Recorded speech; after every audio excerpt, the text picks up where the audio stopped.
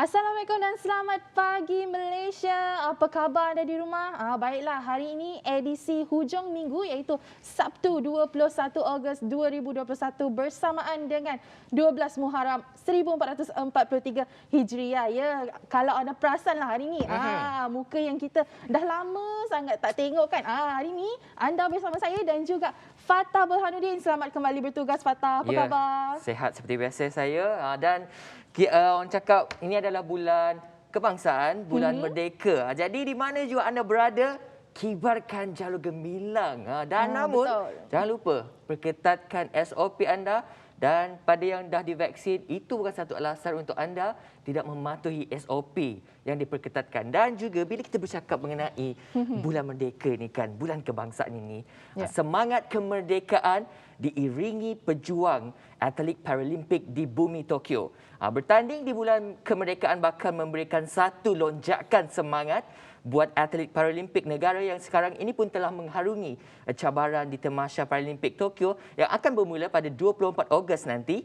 Dan Timbalan Menteri Belia dan Sukan Wan Ahmad Faisal Wan Ahmad Kamal yakin kontijen negara mampu melakar kejayaan yang membanggakan seluruh rakyat Malaysia di negara matahari terbit itu. Dan mereka bakal bertanding di bulan kemerdekaan. Dan bila juga ada mengatakan Syah, beliau harap mereka dapat cipta kisah gembira dan membawa suasana yang baik.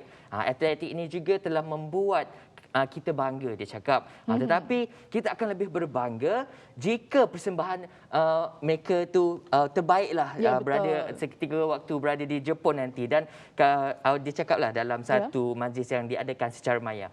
Dan bila juga berkata pihak mereka mensasarkan 3 pingat emas bagi edisi kali ini sekaligus mengulangi pencapaian yang dilakukan di Rio 2016.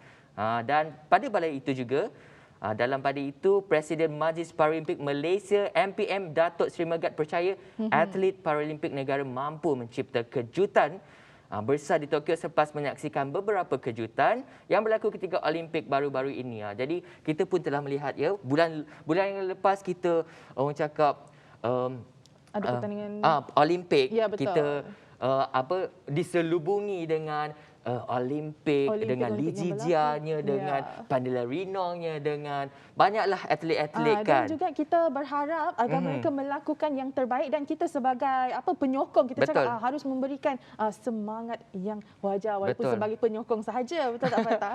Itulah kita mahukan. Bulan mereka ni kita harus memberi semangat yang padu kepada mereka. #sokong Malaysia, Gambate Malaysia.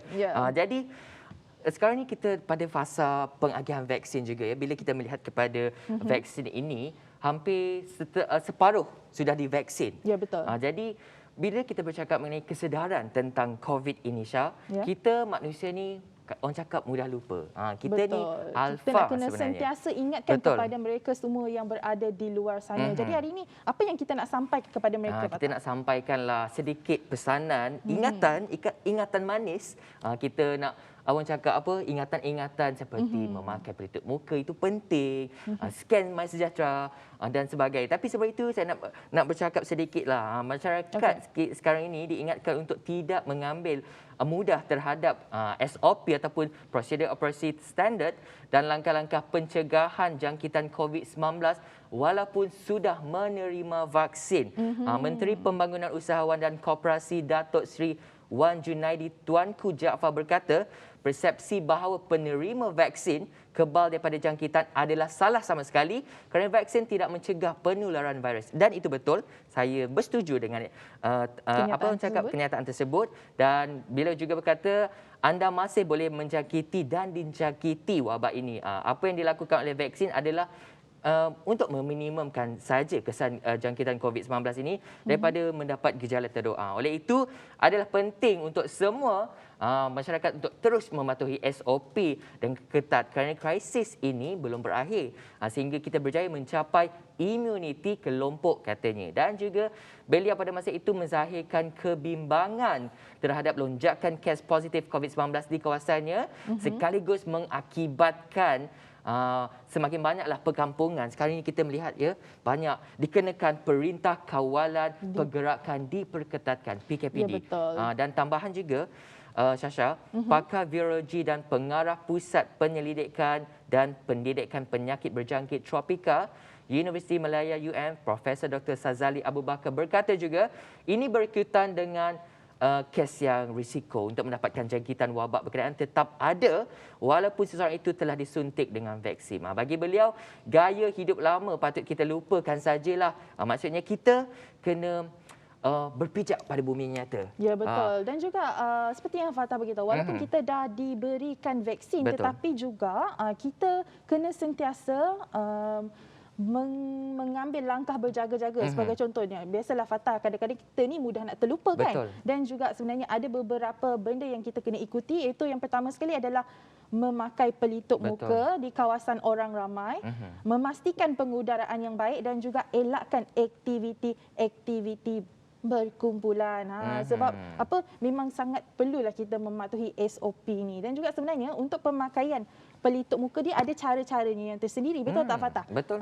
Seperti yang kita ketahui, jika nak gunakan pelitup muka berganda, untuk lapisan Double yang mask. pertama, untuk lapisan yang pertama kita kena gunakan pelitup muka medikal terlebih dahulu. Ini untuk pelitup muka yang berganda lah. Dan lapisan yang di luar sekali itu adalah pelitup muka fabrik. Kadang-kadang kan Fatah, saya ada tengok dekat luar lah kan, ada orang gunakan pelitup muka medikal tu kedua-duanya di depan dan juga di belakang. Tapi sebenarnya itu adalah cara penggunaan yang tak berapa nak betul sangatlah. Jadi penonton-penonton kat rumah kalau nak orang cakap nak double mask tu kita kena tengok cara yang betul. Ya, betul. Kadang-kadang ada yang pakai fabric 2 lapis. Itu kau dah kenapa dek?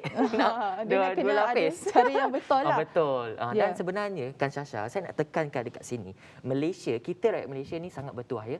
Kerana kita diberikan vaksin secara percuma dengan pelbagai jenis vaksin sekarang. Ya, Kita ada Sinovac, kita ada Pfizer, kita ada AstraZeneca dan baru ini kita ada Johnson & Johnson. Kita ada apa orang cakap CanSino. Yang tu tak silap saya lah. CanSino. Jadi kita sebenarnya banyak bertuah lah. Kita sebenarnya bertuah sangat-sangat. Di bumi Malaysia ini kita dibagi secara percuma. Jadi kita harus bersyukur tu. Jadi sekarang ni kita nak menyuruh kepada anda semua di rumah sana untuk bersama-sama pergilah vaksinasi. Betul. Ambil sekarang. Tak rugi pun sebenarnya adalah untuk menambah imuniti badan. Dan juga tak lupa kepada ini adalah panduan kepada ibu hamil. Biasanya kita orang biasa saja kan. Hari ini kita memberi panduan kepada ibu hamil pencegahan supaya tidak dijangkiti COVID-19, iaitu lengkapkan vaksin sebelum fasa akhir kehamilan. Pengambilan vaksin boleh mengurangkan risiko komplikasi. Yang kedua, kekal berada di rumah kecuali untuk tujuan penting ataupun perlu sahaja. Sebenarnya ini adalah untuk semua orang. Tapi disebabkan ibu mengandung ni dia lebih berisiko, jadi perlulah dielakkan. Dan juga amal norma baharu itu pakai pelitup muka, elak kawasan yang sesak dan sentiasa mencuci tangan. Betul tu. Jadi bercakap mengenai ibu mengandung ni, benda ni sangat kita cakap serius lah. Kita jangan pandang ringan terhadap kes-kes yang berlaku. Dan saya tertarik dengan satu perkongsian yang di-share. Mungkin ni agak lama, tapi ini untuk kita untuk awareness untuk kepada semua orang. Jika kita bukan setakat ambil cucuk vaksin saja kita dah merasakan diri kita kuat. Malahan itu bukan sebenarnya, vaksin ni hanya untuk orang cakap mengurangkan simptom-simptom itu. Jadi kita perlu mengambil langkah yang lebih tegas, lebih strict lah kata orang. Ya, betul. Dengan mengambil vaksin pula. Vaksin satu. Ya. Lepas di vaksin kita kena amalkan vitamin, suplemen yang lebih menguatkan imun sistem kita sendiri. Dan jangan lupa untuk bersenam, beriadah kan. Untuk menyihatkan badan. Betul. Dan juga sebenarnya Fatah, saya tak lupa juga ingin mengingatkan kepada anda semua, antara langkah-langkah jika anda disahkan positif COVID-19 adalah hadir ke CIC COVID-19 Assessment Center untuk penilaian oleh doktor. Ikut nasihat doktor jika perlu dipantau oleh di fasiliti kesihatan. Dan juga jika kecemasan boleh juga. kita sebab nervous sangat ni Fatah tentang COVID-19 ni. Hubungi talian 999 atau segera ke hospital berdekatan. Betul tu. Dan itu sajalah kupasan untuk pembukaan hari ini, bulan kebangsaan, bulan merdeka ini. Baiklah, sebelum kita nak berehat, saya nak orang cakap introduce lah kita punya topik bersama dengan tetamu-tetamu kita sebentar saja lagi. Baiklah, untuk topik kupasan kita hari ini, yang pertama kita bercakap mengenai perniagaan dalam bidang seni solekan, dan untuk topik yang kedua adalah online live business during pandemic. Bersama pakar kita sekejap saja lagi yang akan menceritakan kisah-kisah mereka dan tips-tips yang menarik. Jadi jangan ke mana-mana, setia bersama dengan kami hanya dalam Sejahtera Asia.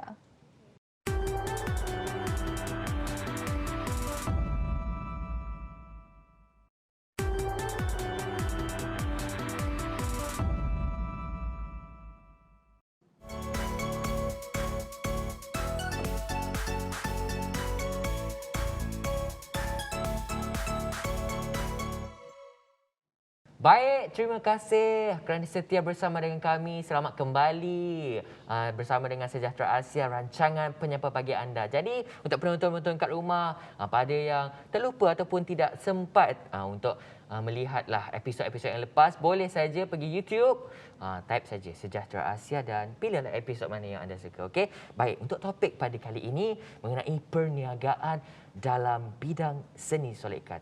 Saya rasa banyak sudah topik-topik sebegini, tapi ini kita orang cakap boleh detail sedikit lah. Selalunya solekan ni sering dikaitkan dengan wanita.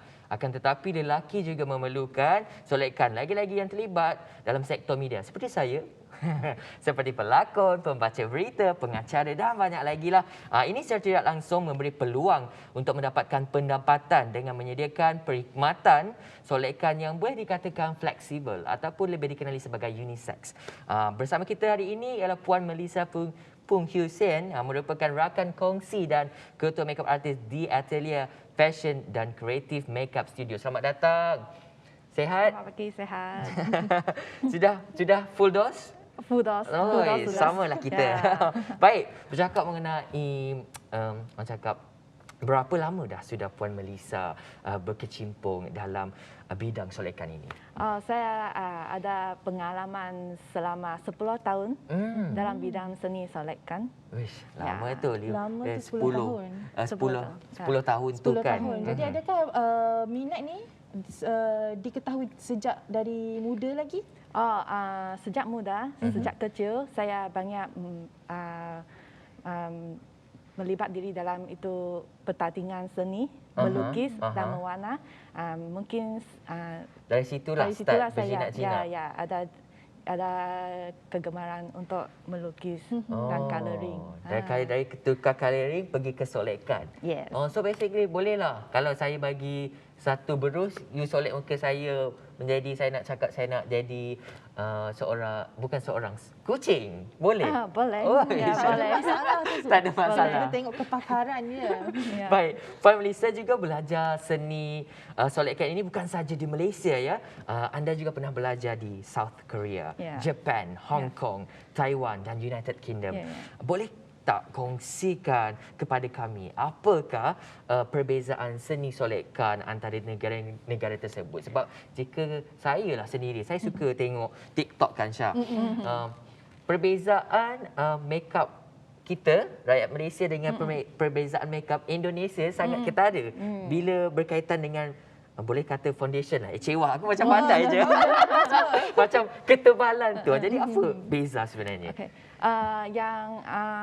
Saya pergi South Korea pada tahun 2019 sebelum wabak COVID. Saya pergi South Korea.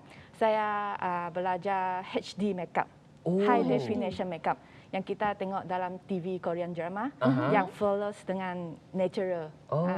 Saya pergi belajar teknik-teknik untuk buat HD makeup. Jadi saya nak bawa teknik ini dalam television tempatan kita. So maksudnya kalau saya di makeup akan flawless lah macam Korea? Boleh. Maksudnya terdapat teknik-teknik yang tersendirilah untuk makeup yang macam tu? Ada teknik. Ya. Dia bukan sekadar kita cap-cap pakai foundation sajalah. Tidak. Dia ada. Ini kosong, ni ke satu kan? macam tu. Jadi setelah menjelajah beberapa buah negara macam yang disebutkan oleh Fatah tadi, ada dekat South Korea, ada Jepun, Hong Kong dan sebagainya. Jadi ada tak terdetik macam tadi Puan Melissa cakap, terdetik nak bawakan, memperkenalkan makeup tu ke negara kita sendiri di Malaysia, tapi ada tak terdetiknya selain daripada tu? Terdetik nak orang cakap apa tadi Syasha nak pergi ke yang dah mengembangkan belajar tu, mengembangkan lebih dekat Sarawak ke? Ya, itulah saya ada set up satu akademi dekat Saradise Kuching yang ajar orang kecantikan, ada facial, ada makeup, ada hiasan kuku. Boleh saya akan bawa teknik-teknik yang up to date, yang terkini untuk murid. Menarik tu kan Syasha. Okey, baiklah. Kita bercakap mengenai cabaran ataupun halangan ni, pasti banyak cabaran dan halangan Puan Melissa tempuhi. Jadi, apakah cabaran yang Puan Melissa sendiri hadapi dalam melakukan bidang solekan ini? Dan adakah pada masa kini, tahun 2021 ini, masih lagi tak ada stigma bahawa makeup equal to woman saja? Tidak. Tidak sama Makeup sekali. untuk lelaki, untuk wanita. Okey. Tak, ya. Jadi apa cabaran yang pernah Puan Melissa tempuhi? Memang teknik untuk lelaki dengan teknik untuk wanita memang tidak sama. Tidak sama. Ya. Kena tahu untuk lelaki dia tak boleh tebal sangat. Untuk perempuan bukannya tebal equals to beauty, kena natural juga. Jadi kan ada dia macam mengikut jenis-jenis kulit kita juga untuk makeup. Yes. Oh, ikut jenis kulit jenis lah. kulit, yes. Takut tiba-tiba pandai pada hijau kan. Pakai foundation tu warna hijau. Okey, untuk bercakap mengenai skin lah, kulit kan. Contoh macam kulit saya ni dia macam combination. Dia ada oily dengan dry kan. Jadi untuk yang oily punya skin, apa suggestion untuk Puan Melissa untuk makeup dia macam mana? Kalau oily biasanya oily dekat T-zone kan, kering dekat cheek area. Jadi kalau you nak guna skincare, tak boleh kata you guna untuk oil control untuk semua muka, kena guna untuk T-zone saja. Untuk yang kering punya you kena guna yang moisturizing juga. Maksudnya sebab biasa kan Fatah, kalau kita biasanya kalau cakap kulit kering, kita akan letak dekat semua muka untuk yang oily skin kan. Jadi Puan Melissa, pada tahun ni mungkinkah ada trend-trend yang biasa kita ikuti dan juga apa sebenarnya trend untuk tahun 2021 ni? Apa trend makeup tu? Makeup kita semakin natural kerana kita akan ada pakai face mask kan, yang new norm. Jadi makeup kena natural. Kalau tebal sangat, ikan ada jerawat dekat bawah face mask.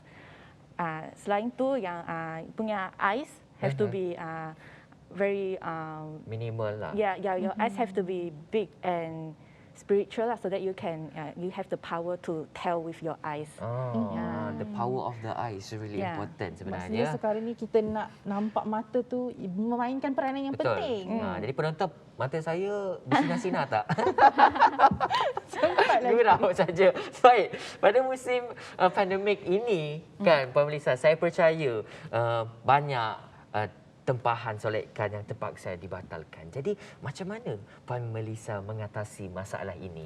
Ya, memang saya tahu golongan makeup artist sekarang susah sangat. Betul. Ya, memang demand dalam market sudah sangat rendah. Jadi fortunately lah, saya bersyukur saya buka akademi. Saya boleh mengajar mereka. Saya tidak ada makeup job, tapi saya ada masa untuk share saya punya pengalaman, boleh ajar makeup. Adakah akademi itu dilakukan secara maya ataupun macam mana? Online. Online ada juga. Ya, online. Menariklah online sebab dulu kan kita saya lah Syasha kan saya ni asyik tengok kat YouTube saja macam mana nak makeup sebab kadang-kadang kita tak boleh nak berhadap dengan orang. Bila kita berhadap dengan orang sampai bila sampai ketua lah tu berhadap dengan orang dapat nak kan. nak buat makeup sendiri. Betul lah. Jadi mungkin ada masa nanti tiba-tiba kita punya makeup artist tiba-tiba demam apa dan sebagainya, anak tak cukup tidur lah. Jadi inilah peluang kita untuk belajar. Jadi banyak lagi sebenarnya persoalan yang saya nak tanya dengan Puan Melissa mengenai adakah bayaran ke. Tapi kita berehat dulu sebentar. Kita tarik nafas dulu. Saya pun nak touch-up lah. Jadi jangan ke mana-mana, hanya dalam Sejahtera Asia.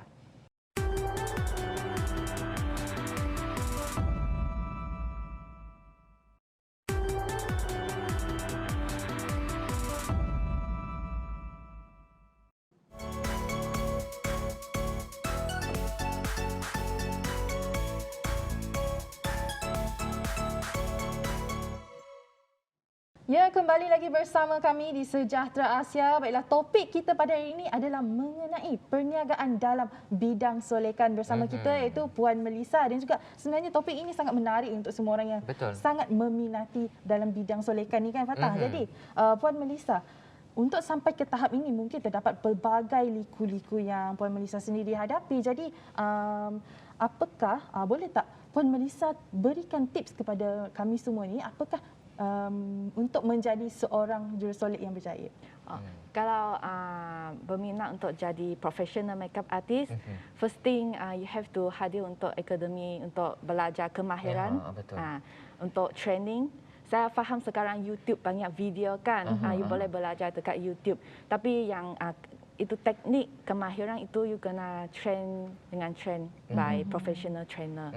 Ya, kalau you belajar sendiri dekat YouTube, hasilnya tidak sama dengan yang you pergi. Sebab kita sebab betul lah apa yang kenyataan yang Puan Melissa cakap tu, sebab bila kita belajar sekadar melihat dekat YouTube, kita tak tahu bahan apa sebenarnya yang sesuai. Sebab kadang-kadang ni YouTube ni dia ringkas, sebab orang biasalah kita manusia, kita nak mencari benda yang cepat, mudah dan ringkas dan pantas. Tapi jika nak menjadi seorang apa orang cakap makeup artist profesional tu, kita kena melaburlah sedikit kita punya tenaga dari segi wangnya, dari segi masanya juga ya. Ya, betul. Dan juga mungkin ada teknik-teknik yang dekat dalam YouTube yang biasa kita lihat tu, mungkin ada kehilangan tips-tips yang penting. Jadi mungkin Puan Melissa yang ada beritahu tadi, saya tertarik sebenarnya untuk kemasukan akademi. Jadi adakah sekarang ni masih dibuka? Tidak dibenarkan sebenarnya. Ya. Tunggu PKP ini, PKP ini. PKP ini jadi kawan-kawan kat luar, ahli-ahli makeup artis, tunggulah bila akademi ini akan dibuka. Dan jika boleh dikongsikan, Puan Melissa, apakah memori manis yang kekal dalam ingatan Puan Melissa sampai sekarang? Apa memori yang sangat manis tu? Saya banyak bagi makeup untuk pengantin.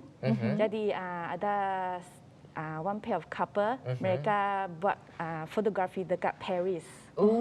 Mereka bawa saya pergi Paris. Ada juga yang pergi Bali. Jadi saya sudah ada pergi banyak negara because of this makeup job. Okeylah, saya esok saya nak jadi makeup artist sebab kita boleh bawa. Kita boleh mengembara dekat mana tempat yang kita inginkan. Dengan bawa dengan kita punya kesukaan dengan makeup artist pula, dengan makeup pasangan-pasangan bahagia Raja Sari ni membuatkan pergi Paris seronoknya. Seronoknya kan, sebab ini macam tempat idaman untuk semua. Kan, betul. Pergi Paris, pergi Bali. Wow, itu ada satu achievement yang orang cakap.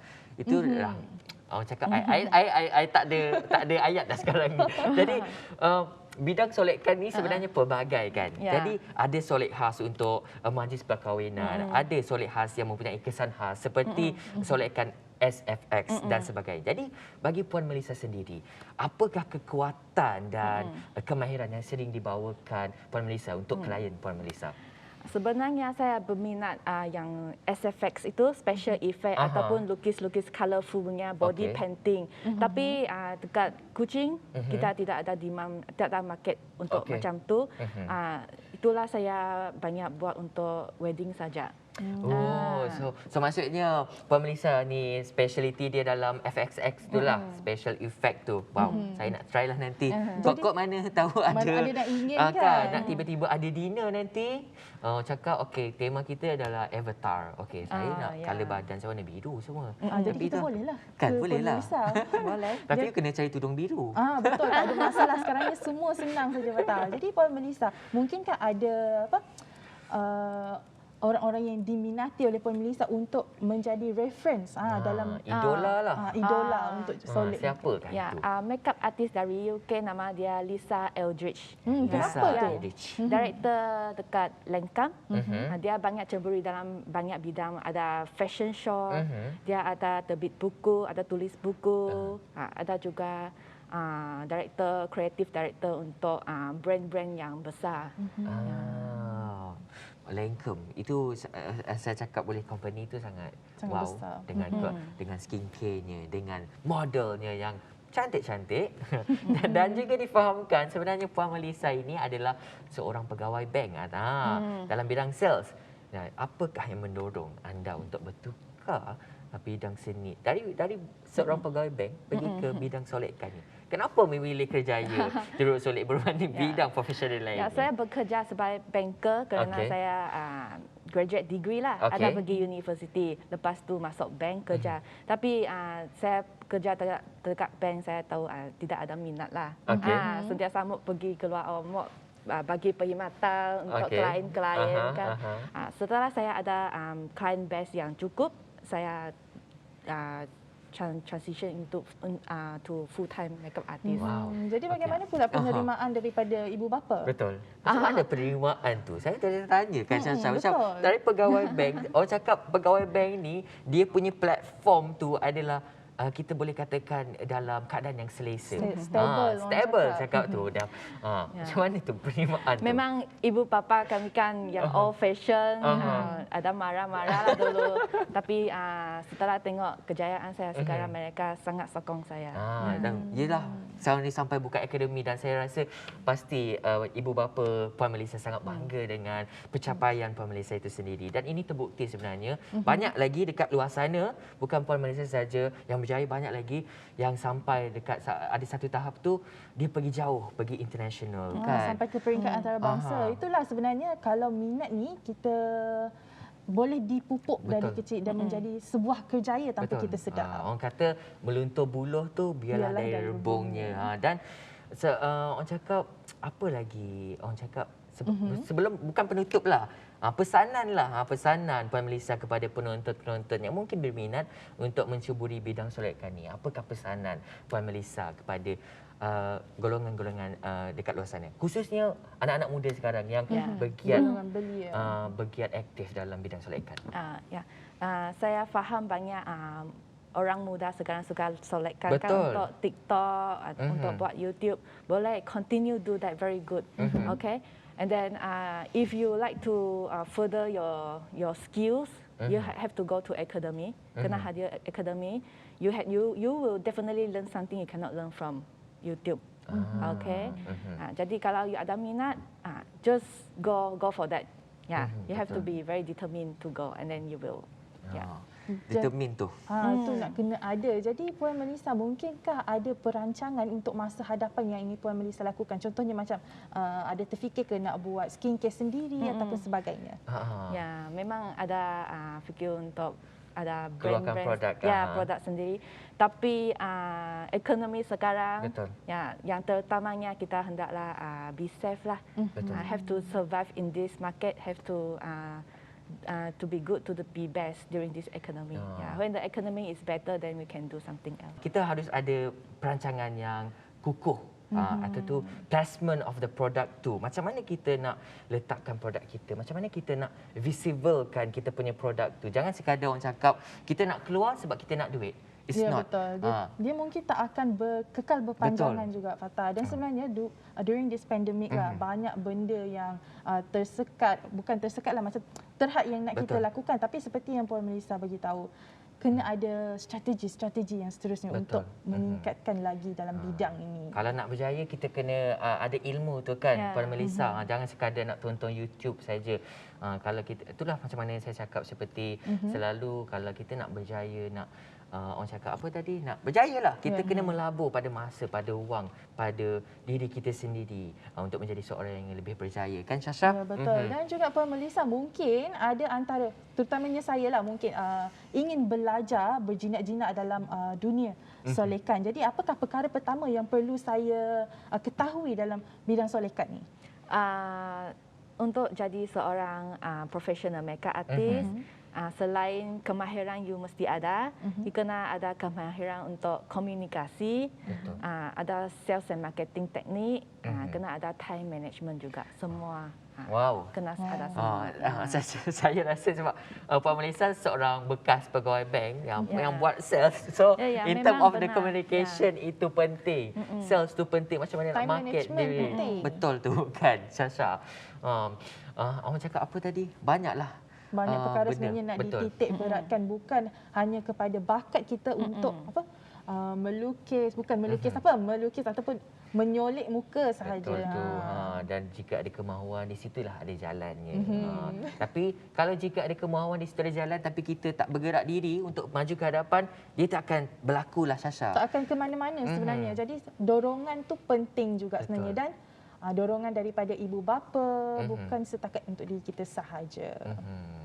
Jadi setakat ini sajalah dan terima kasih kepada Puan Melissa kerana berkongsi sedikit sebanyak tentang tips-tips ada oily apa tu oily skin macam mana, combination skin macam mana nak menggunakan. Jadi nak bertanya dengan lebih lanjut, tanya dengan Puan Melissa dekat mana? Dekat mana? Promote sikit. Facebook dengan IG boleh cari saya Melly Melissa. Melly Melissa. Baik, itu saja untuk topik yang pertama. Untuk yang topik yang kedua ni, Sasha dengan saya nak bercakap pasal orang putih. Kita nak speaking lepas kita ni. Kita nak speaking London. Sekejap saja lagi. Jangan ke mana-mana. Hanya dalam Sejahtera Asia.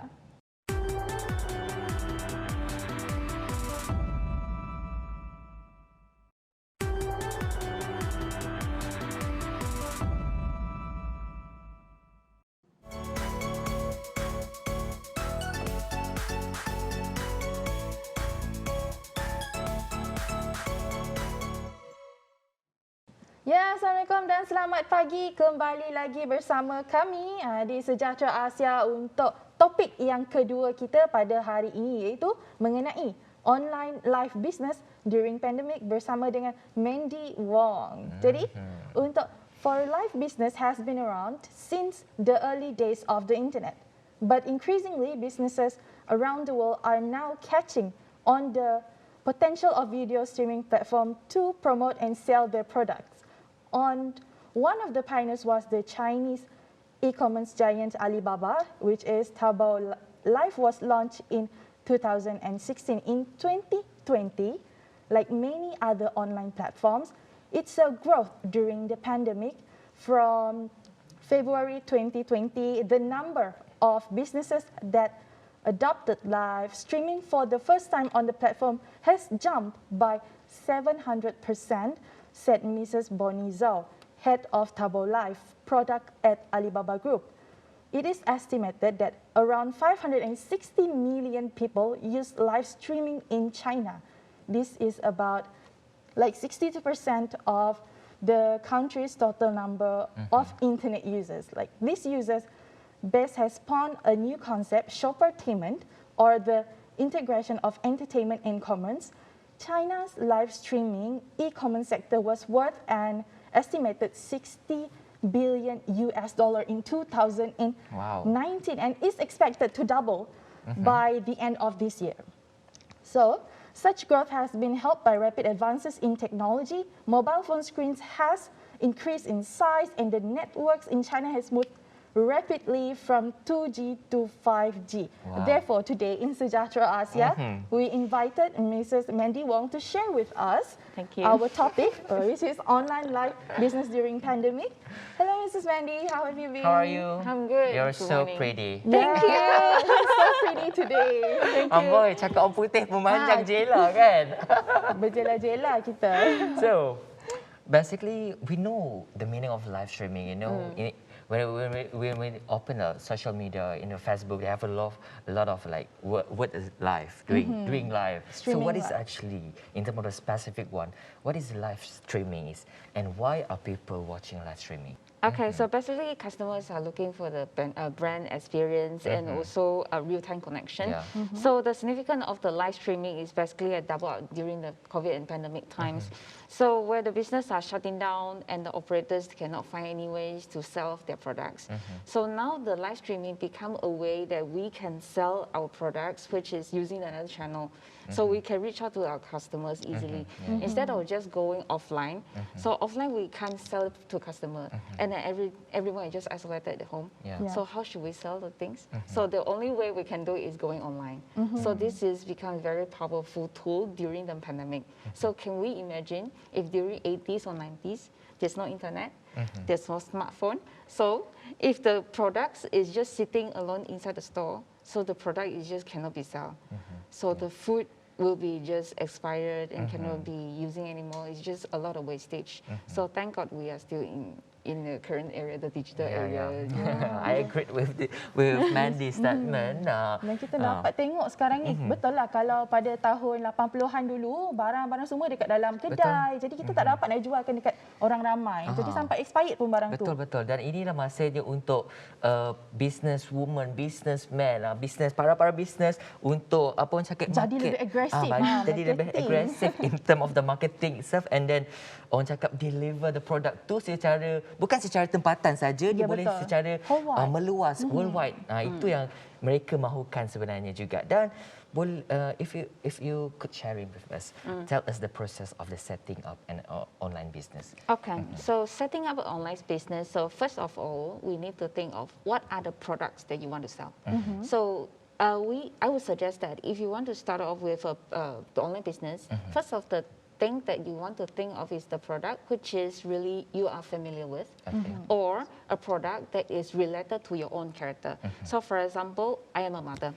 So I'm into the baby care and the mother care products. So I'm into this line, so it's easier for me to convince my customers. So imagine if I am not a mother, but I'm selling a baby product, it sounds like not really convincing. And then the mothers also need a lot of testimonials, and then there's a lot of reviews, then only that they can take up the products, they can buy the products with confidence. Okay. Then the second thing you need to think of is the capital. All right, the capital is important. Yes, the capital is important. So you need to find the source of your fund, whether or not you are able to, buy a lot of products, or you want to jadi dealer, or you want to jadi drop shipping, also okay. Because in the current digital era, there's a lot of ways that we can sell the products. Okay. Then the third thing, it comes really important, which is the planning. So if the planning doesn't, if you don't do any planning, then the business is just collapse very easily because there's no foundation at all. So you have to do a planning. So for example, what kind of planning? For example, like marketing lah, or what kind of the pricing strategy that you want to do lah, or where you want to sell your products, online ka, offline ka, or you want both online, offline also okay. Okay, so these are the three things I would suggest for the beginner that you have to really find out. Macam tadi Mandy bagi tahu adalah planning yang perlu dilakukan untuk online business. Tapi how about is there any way that could attract the audience easily? Maybe the way it being presented, or maybe the artwork. Okay, so if we want to attract the customer, online ka? Or online business. Okay, so if you want to attract online, so basically we need to create a lot of pictures. For the mothers and the baby care products, pictures, posters, even the video, which is The review lah. the review, very important. So people, they really look into the reviews. Hey, I see this thing, it's really functional. And then people, they really give a lot of testimonials. It increase the confidence of people buying it. Okay. Then secondly, you also have to do a lot of, as in the business owner itself, if they have a little bit of influence, there's a lot easier to sell the product. So imagine the host currently, they are very influenced. It has a certain level of influencing. Then it's able to sell the products easily. So instead of just building the product, you also have to build the image of the business owner or the brand of the shop. There's a lot of things that we need really think about. Saya setuju. Saya setuju. And then in term of saya tertarik dengan ayat review tu, sebenarnya review ataupun feedback daripada customer is very important tools untuk kita orang cakap track dekat mana kita punya business tu berada. Macam mana nak buat improvement terhadap setiap bisnes yang kita deliverkan tu. Benda tu sangat penting penonton-penonton. Lagi-lagi kepada yang nak buka bisnes, baru-baru buka bisnes tu, review kena penting. Image, brand image kena penting. Macam nak influencer tu. Betul. Macam kalau Syah nak beli barang, Syah mesti tengok yang menggunakannya dulu. Dah tu mesti ada ilmu yang nak kena persembahkan dekat orang semua. Dah menarik lah. Tajuk kita sangat menarik hari ini, Fatah. Tapi untuk kupasan yang selanjutnya, jangan ke mana-mana, hanya di Sejahtera Asia.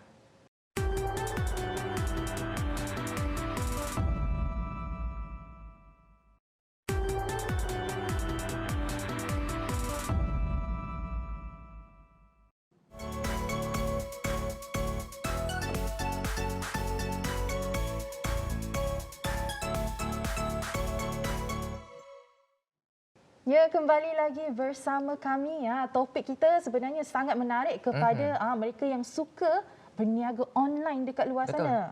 Jadi, today we can see everyone is doing live streaming, for example, in Facebook, in TikTok, and Instagram. There's a plenty of option actually. But is there any other platform that can be used on online streaming? Online streaming, of course there's a lot of ways, but then the most common one, as you mentioned just now, is Facebook, Instagram, and also what do you call that? TikTok is the most popular one. Now, of course, there's other things which is like Bigo that you mentioned just now, Bigo, but then me myself haven't explored into that. So me myself, I actually explore more to the Facebook and also Instagram and also TikTok. The reason is because they have a very huge users in that base. And then secondly is the setup cost is zero. So for the beginner like me, so it's actually save a lot of costs. So we don't have to bear up too many operational costs at the beginning. Jadi kita boleh cut cost dekat situ. Betul, that's right. Talking about the challenges in the online live business, based on experience, what is the struggle that you have been faced to stay it operates during this pandemic time? Oh, I see. Because online business is getting really mainstream already. There's a lot of people want to, Get into online business nowadays. Yes, especially very mainstream. So, and imagine even the kopitiam itself, they have a Facebook page, kan? Sometimes they also do live, kan? Okay, so we need to see that since everyone is doing it, then it become popular, then it becomes something is not really exciting anymore. So if you want to make something really exciting, then we need to think of a lot of ideas how to connect with the customers, how to bring the new users. We need to be really going into detail. So the recruitment is one of the focus. Then the second thing is how to convert the users, the audience, to become our customers. That's the main challenge. Oh, Yes. The main I challenge. see that in you right now. Yes. Then the second thing is we are selling the mother care product, selling the baby care product. So it means that our product cannot be real-time demonstrate to the customers. So since the mothers and the baby, they want to demonstrate, they want to try, they want to see what is the aftermath of the product. They can't do that. They can't feel that. So it takes really a lot of time to get them to buy that items. So what we can do is we need to invest some cost in the samples, and then we pack them, and then we have to send it to them. Wow, So, that was a good strategy, I think. Yes, but there's really no choice. So we need to increase the chances of to convert our audience to become our users. That's the only way. Otherwise, if the pandemic is over, I would like to explore into roadshow as well. But we can't do any roadshow. That's right. The best thing that we could do as online businesses. And then what about the revenue? Is there any increase or a reduce in that revenue? Okay, in terms of the revenue, I actually set myself a very minimal target. Okay. I never into the retailing line. Okay. So my target is just less than 5 digits. Okay. Less than 5 digits. So once we explore into this line, I realized that my revenue increased to 300%. Oh. And then every month we are earning about the 5 digits. So the 5 digit is not inclusive of the operational cost, of course. And then we only started off by 1st of the May. So actually really bring us a lot of, excitement, wants to continue. Yeah. Talking about the choosing a business model, how do you decide your business model and make it an online business? Because we know there's a lot of business model. So if we choose the wrong business model, our business is easily going to collapse. So what is your choosing business model? Okay, so to be honest, everyone look at the pricing. Yeah. Especially live streaming, online business, people is looking at just price, slaughter the price and all that. So no doubt that I'm also using this, but of course we are profit some of the profit, but then we are cross-selling other products. So for example, the product A, I giving you free, or I selling you just RM1, but then the other products I remain as the original price. So cross-selling, at least I can break even. So meantime, I don't really look at how much profit that we earn, but I really focus at the conversion. I really focus at recruiting the customers because the customer really take times to build. If we're just selling just one time, it's just meaningless lah for me lah. It's not going to work that way. And then I think as a users, we like to compare this product to this product. And then when you say, how about the review? What is your general response and actions to the review?